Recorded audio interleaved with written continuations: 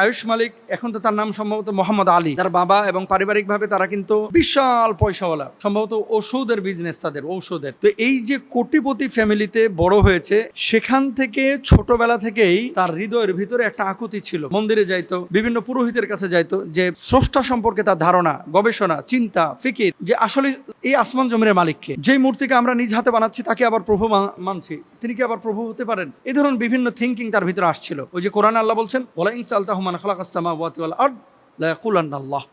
এই আসমান জমিনে যা কিছু আছে, যত প্রাণীকুল আছে, যা কিছু আছে, জিজ্ঞেস যদি করা হয় যে তোমাদের স্রষ্টাকে যদি জিজ্ঞেস করা হয়, তাহলে কি জবাব আসবে? যে আমাদের স্রষ্টা হচ্ছে একমাত্র আল্লাহ সুবহানাহু ওয়া তাআলা। তো এই আয়ুষ মালিক, এই ছেলেটা ইসলাম কবুল করার পরে তার তেষ্টাটা মিটে কোথা থেকে? আমরা যে এই যে ইউটিউব, ফেসবুক, অনলাইনে যে আলোচনাগুলো দিই, আপনারা মনে করেন যে কি না কি হয়, অনেকে চিন্তা করেন যে এগুলো শুধুমাত্র সোশ্যাল মাধ্যমে যাচ্ছে। তিনি মূলত মুগ্ধ হয়েছেন এবং আগ্রহী হয়েছিলেন ডক্টর ইসরার আহমদের আলোচনা শুনে, পাকিস্তানি স্কলার, এবং তার প্রত্যেকটা আলোচনা তার কলিজা বেদ করে একেবারে ভেতরে ঢুকেছে, তার হৃদয়টাকে আলোকিত করেছে, কুফরের অন্ধকার তার হৃদয় থেকে দূরীভূত করে দিয়েছিল। এই জন্য সোশ্যাল মাধ্যম এবং এই যে মোবাইল, তারপরে ইন্টারনেট, এগুলো আপনি যে ব্যবহার করছেন, দিনের জন্য ব্যবহার করেন ভাই। দিনই কিছু কাজ এখানে দেন, দিনের কিছু উপকার আপনি করেন। যদি করেন, ইনশাআল্লাহ তাআলা দেখবেন এখান থেকে ভালো কিছু আসছে।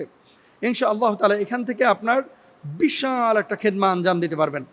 সাংবাদিকরা তাকে প্রশ্ন করেছিলেন যে, আয়ুষ, যদি তোমার বাবা এই কোটি কোটি টাকার সম্পদ থেকে তোমাকে বঞ্চিত করে, তুমি ধর্ম না ছাড়লে, তাহলে তোমার বক্তব্য বা তোমার ভাষ্য কী হবে? সে অকাট্যভাবে বলেছে যে, আমি আমার শুধু বাবার সম্পত্তি না, আমি আমার জীবনটাও পর্যন্ত ছাড়তে রাজি আছি, কিন্তু ঈমান আমি ছাড়তে রাজি না। সুবহানাল্লাহ। তো মুসাব রাদিয়াল্লাহু তাআলা আনহু, তিনিও তার এই প্রভাব প্রতিপত্তি, বিশাল সম্পদ ছেড়ে ইসলামের সুশীতল ছায়াতলে এসেছিলেন। এখন এই ভদ্রলোকে এই কাজই করেছেন।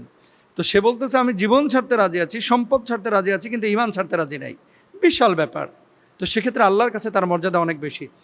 7 বছর ধরে তার বউয়ের মুখ কেউ দেখে নাই।